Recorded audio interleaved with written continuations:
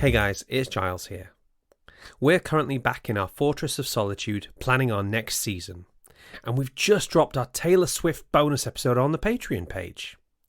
If you want to hear the full episode, you can go to www.patreon.com/the God in Film podcast and sign up to our Bishop Waller-Bridge tier and check out our full Taylor Swift episode.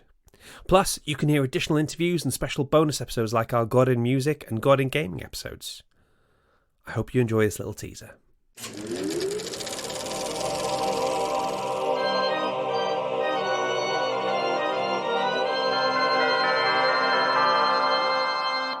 Hello and welcome to God in Film, the podcast where a Christian and an atheist dive into the best that cinema has to offer and see if we can find any parallels with the gospel or any other Bible stories.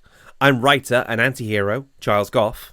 And I'm CBT therapist and nightmare dressed like a daydream, Kat Bullock. And today, for this very special bonus episode, we're going to be looking at the works of one Taylor Alison Swift. Kat, what does Taylor Swift mean to you? Taylor Swift is everything. It is Taylor Swift's world, Giles, and we are just living in it. We are Accurate. So honoured to be living at the same time as Taylor Swift, and that's what it is. What does Taylor Swift mean to you, dude?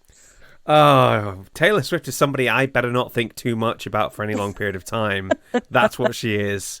I fail miserably on that point. But the only person whose words I have analysed with so much depth is Shakespeare, you know? And the fact that she doesn't talk that much about what her songs means there's so much room for interpretation. Sure. She's been in dialogue with her fans her whole time, you know? Yeah. One day we need to get together and play Is It Shakespeare or Taylor Swift? Because that is a great game and a lot of people fail at it. I'm pretty confident I'd nail that one way or another, you know? Let's go. We'll do it one day. Kat and I saw Taylor Swift in Hyde Park in 2015 on the 1989 World Tour, and that was pretty damn awesome. Without further ado, let's get into Kat's Facts. Theme song. We'll work on it. So, fact number one. So, Taylor Alison Swift, born 13th of December 1989, was actually born in Reading, Pennsylvania, which a lot of people think that she's born in Nashville. Born on and raised on a Christmas tree farm, isn't she? You totally are right, and that's totally maybe one of my facts. You've got to come correct when you come at me with the Taylor Swift knowledge. Me. Like I say, you know, you got to work really hard to find me something that I've not heard of before, you know? That's okay. Well, the thing is, I wanted to cater to everybody, but maybe one day we'll do like a facts where it's just about surprising you and we could do like a mastermind session. So Taylor Swift grew up on a Christmas tree farm. I don't know if you knew that, Giles. Do you know what? When I heard the song Christmas Tree Farm, it's not great, that song, for me, you know? And the problem is I listen to so much Taylor Swift. I have hundreds and hundreds of it. I know all the words to tons of songs. Not every single song, but tons of songs. So when you hear one that you think, oh, this is bad, part of me feels relief. It's like, I haven't completely drunk the Kool-Aid. Do you know what I mean? It's not like anything she does is wonderful. I still have some sense of taste and discernment, and I can still go with some of them like, I feel like you didn't quite nail it on this one. And that's okay, because like I say, even Shakespeare has a few duds in there, you know? Even Shakespeare's a few plays. Yeah. It's like... Anyway, Taylor Swift, one genius at a time. Yeah, one genius at a time. In 2022, Taylor Swift became a doctor after receiving her honorary doctorate in fine arts. Her speech contains lots of references, hinting of her past songs. She says, "Welcome to New York." She mentions 22. But actually, she teases her future album, Midnights, teasing songs such as Labyrinth and You're on Your Own, Kid. She does that sometimes. She'll just sort of drop a phrase that's not quite a regular thing, and then all of a sudden it's like, oh, okay, 'tis the damn season. Right. Okay. Yeah. Long story short, you're always doing this. My final fact, and one that I don't know if you will know, but I hope that you don't, because it will and we can talk about it a bit more. Bring it. Okay, so Taylor has obviously been very well known for hiding Easter eggs, which essentially hint to the future, and she's been doing this as far as 2 years in advance. And actually, it's been named that sometimes it might be even longer in advance because of COVID. Now, right, okay. there is a sense. So it started off as secret messages to fans in very, very earlier albums, and now has kind of evolved into messages as deep as her nail polish to give us messages about what might be coming next. It is speculated that her next album is an orange theme, and it's called Karma, and this has been speculated since the video The Man. And it's also second speculated because of the Eras tour and the visuals from this. The Man, for anybody who doesn't know, is a music video from 3 albums ago. And fans are sure that Karma is either a completely unreleased album that's been lost to COVID, or it's definitely the name of her next upcoming one. But the orange theme is much more stronger as a colour for her next era. And the reason for that is because in the Eras tour, little bit of a spoiler, the visuals behind show the Lover House burning down and this big lift of an orange door. And in the finale song, she has a dancer of each colour, but she's in orange. That's interesting. See, the way I understood it, Karma was an entire album that she'd written and then just kind of went... That's one theory, yes. Yeah. So that's one theory of that it's a completely lost album. And then the next theory is actually it's her next album. Because if you see the Man music video, when she's the man... Yeah, she's peeing against the wall. She's peeing against the wall. All the album names. Yeah. Yeah. So yeah, no, that's awesome. There you go. That's Cat Facts for you. Fantastic. Thank you so much. I've been trying to think this through. Like, if you have heard of Taylor Swift, but you're not obsessive like we are, how would you try to explain why she's so great, why she's worth our time to people? I think you have to completely introduce Taylor Swift as a caveat of Shake It Off is not her best work. So if you are going on, I don't like Taylor Swift because I think Shake It Off and Me are rubbish, then you are not giving her the time of day and the daylight. I think you would need to showcase All Too Well. I think you would need to showcase the songs that become relatable to the individual and the mastery of songwriting. So if you're basing your opinion on Taylor Swift because of her album or her single releases, then just try it out. Don't base your opinion on Taylor Swift based on Shake It Off, I Knew You Were Trouble, and Me. You know, go into her album. It's fascinating you said that because I often feel like her lead singles from her albums tend to be some of her weakest. Shake It Off and I Knew You Were Trouble. And I Knew You Were Trouble. Just... it's like, this is... They're fine. They're fine. They're great bops. They're radio bops. That's what they are. They're radio hit bops. Yeah. Like Shake It Off's great, but every time I hear that like snare drum in the disco, I do like a little bit because I'm, you request Taylor Swift at the DJ, and then you walk away going, "Oh, I gotta play Shake It Off." Actually, I probably shouldn't have asked him that.